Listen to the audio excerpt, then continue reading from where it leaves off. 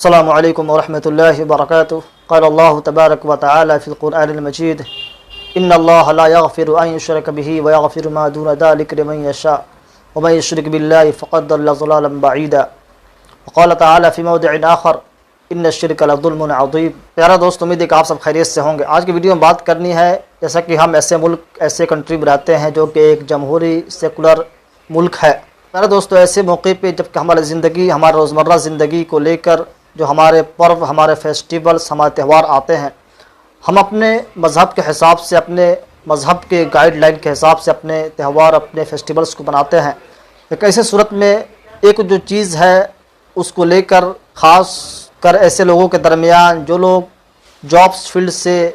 یا social life سے جڑے ہوئے ہیں اور ان کے فرینڈ سرکل میں مسلمس، نان مسلم دونوں طرح کے لوگ ملتے ہیں،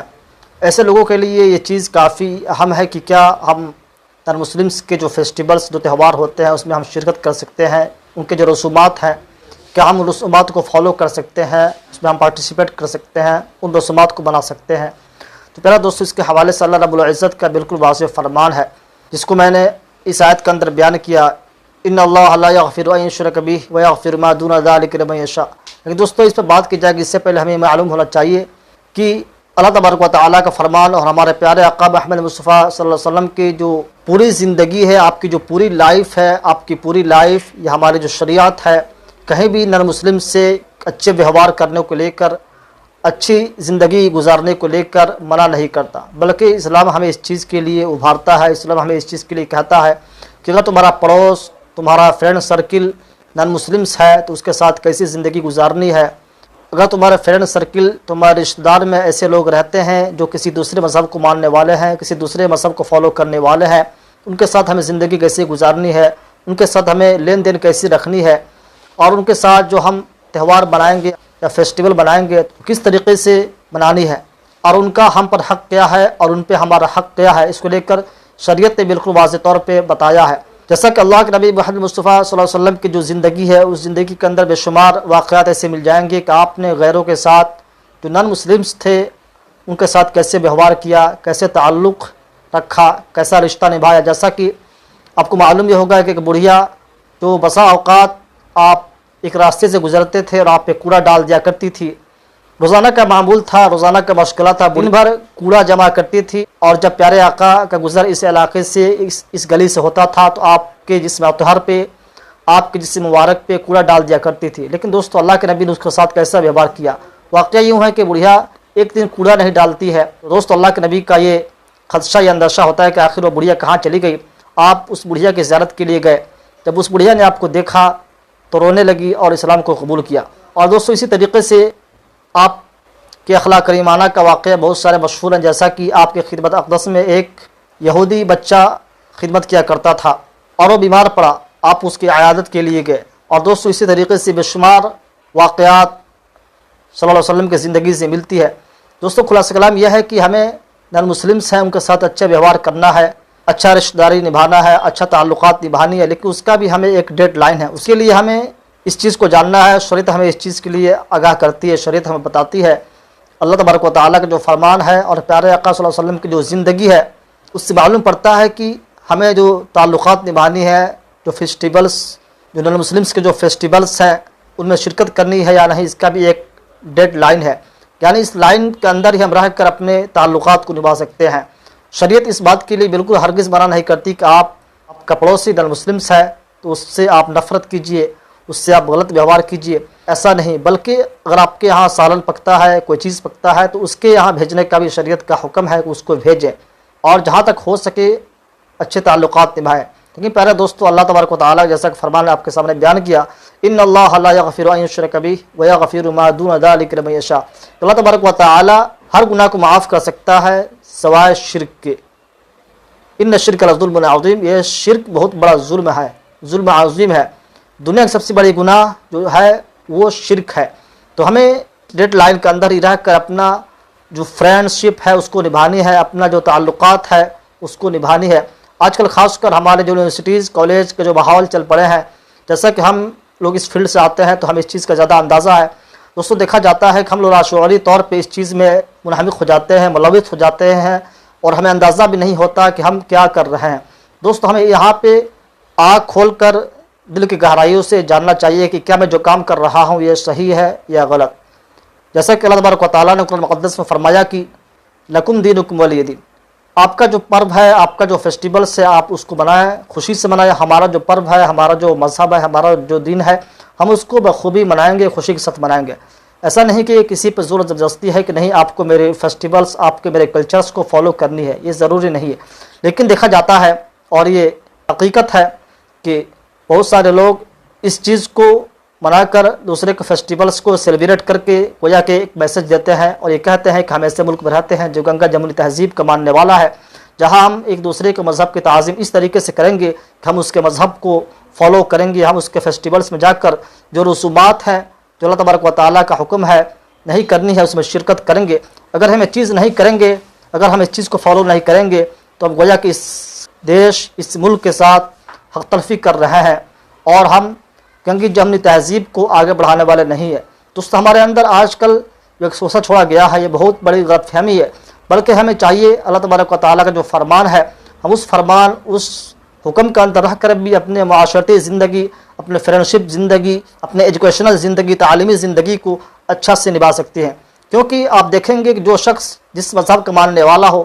جس کلچر کا فالو کرنے والا ہو، اس کو وہ شخص بخوبی ہنسی خوشی سے فالو کرتا ہے. لیکن ہم اس چیز کو کرنے میں عار محسوس کرتے ہیں، شرمندگی محسوس کرتے ہیں کہ اگر ہم دوسرے کے کلچر، دوسرے کے فیسٹیولس کو فالو نہیں کریں گے تو ہمارے بارے میں دوست سمجھے گا، ہمارے بارے میں دوست، جو میرا فرینڈ ہے، جو میرا دوست ہے، جو جگری دوست ہے، وہ اس بات کو خیال کرے گا کہ میرا دوست واقعتاً حقیقت میں دوستی نہیں نبھا رہا ہے. ہم یہ سوچتے ہیں اور یہ سراسر ہماری غلط فہمی ہے، حالانکہ ایسا نہیں ہے. اللہ تبارک و تعالیٰ کا جو فرمان ہے کہ ان الشرک لظلم عظیم، کہ شرک بہت بڑا ظلم ہے. دوستو جو شریعت کا حکم ہے کہ ہمیں ایک حد میں رہ کر زندگی گزارنی ہے، ہمیں ایک حد میں رہ کر زندگی گزارنی ہے. ایسا نہیں کہ ہم من چاہے زندگی جو جی میں آیا کرتے چلے جائیں گے، ایسا نہیں ہے. تو دوستو بات یہ ہے کہ آج کل ہمارے ملک ہندوستان میں دیکھا جا رہا ہے کہ موقع موقع پہ جو تہوار، جو فیسٹیولس آ رہے ہیں، جیسا کہ موجودہ ابھی دیوالی پورے ملک، پورے ہندوستان میں دھوم دھام سے منایا جا رہا ہے. دوستو ایسا نہیں کہ ہم فیسٹیولس دیوالی منائے جا رہے ہیں، ہم ان کو وش کریں گے یا اس میں شرکت کریں گے تو ہمارا جو فرینڈ ہے، ہمارا جو معاشرتی زندگی ہے، ہمارا جو کلچر ہے، اس سے اس کے اندر سدبھاونا، اس کے اندر پیس قائم ہوگا. ایسا نہیں ہے، بلکہ ہم اپنے دائرے میں رہ کر، اپنے حد میں رہ کر بھی اس چیز کو قائم رکھ سکتے ہیں. جیسا کہ اگر آپ کہتے ہیں، اگر آپ کا یہ ماننا ہے کہ اگر ہم مسلمس کے جو فیسٹیولس، جو پرو ہیں، جو تہوار ہیں، ہم اس کو فالو نہیں کریں گے تو ہمارے دوستی کا جو لائن ہے، ہمارے جو دوستی ہے، ہمارا جو ایجوکیشنل سسٹمز ہے، جو ایجوکیشنل انوائرمنٹ ہے، ماحول ہے، اس کے لیے صحیح نہیں ہے. یعنی دوستو ہمیں ماننا چاہیے کہ جس چیز کے لیے دیوالی آج منائی جا رہی ہے، اس کو لے کر ہمارا موقف، ہماری سوچ کیا ہے، جس کو علامہ اقبال نے بھی کیا خوب کہا ہے، حیرام کے وجود پہ ہندوستان کو ناز، حیرام کے وجود پہ ہندوستان کو ناز، اہل نظر سمجھتے ہیں اس کو امام ہند. دوستو جو رام نن مسلمس، ہمارے جو ہندو بھائی ہیں، ان کے یہاں عظیم شخصیت جاتے ہیں. ہمارے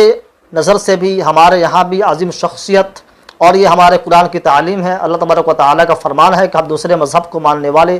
اس کی تعظیم کریں، اس کو برا بھلا نہ کہیں. اور علامہ اقبال کا بھی شعر ہے، جیسا کہ کافی دانشور شخص رہے، دانشور شاعر گزرے ہیں، جنہوں نے اپنی دانشمندی کے ذریعے یہ بات کہی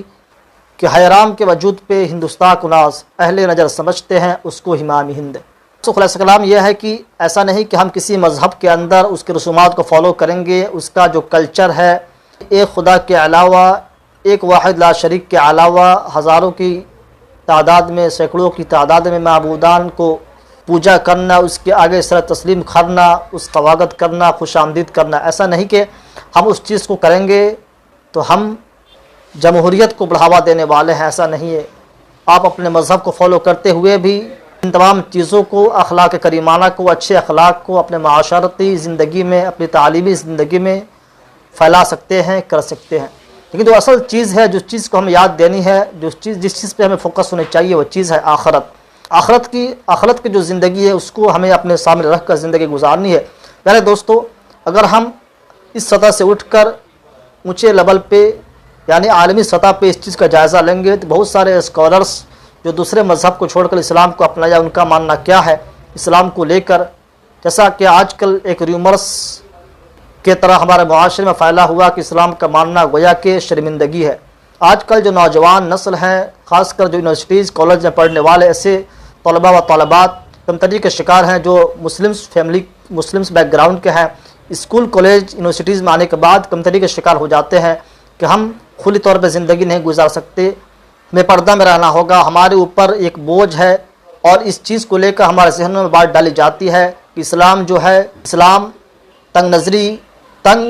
نظر والوں کا مذہب ہے، اسلام کے اندر آزادی نہیں ہے۔ دوستو ایسا نہیں ہے۔ اگر اس کو آپ گہرائی سے مشاہدہ کریں گے تو آپ کو معلوم ہوگا کہ اسلام کیا ہے، اور اسلام ہر شخص کو زندگی گزارنے کا جو طریقہ بتایا ہے، جو گائیڈ لائن دیا ہے، اس کا ایک حد ہے، ہم اس حد میں رہ کر زندگی گزارنی ہے، اور ہمیں جو اصل چیز ہے آخرت کی زندگی، اس کو اپنے آنکھوں کے سامنے مستحضر رکھنا ہے، اپنے ذہنوں میں مستحضر رکھنا ہے، اور جاننا ہے کہ جو دنیاوی زندگی ہے فانی ہے، ایک وقت فنا ہونے والا ہے، اور ہم بھی ہیں۔ گویا کہ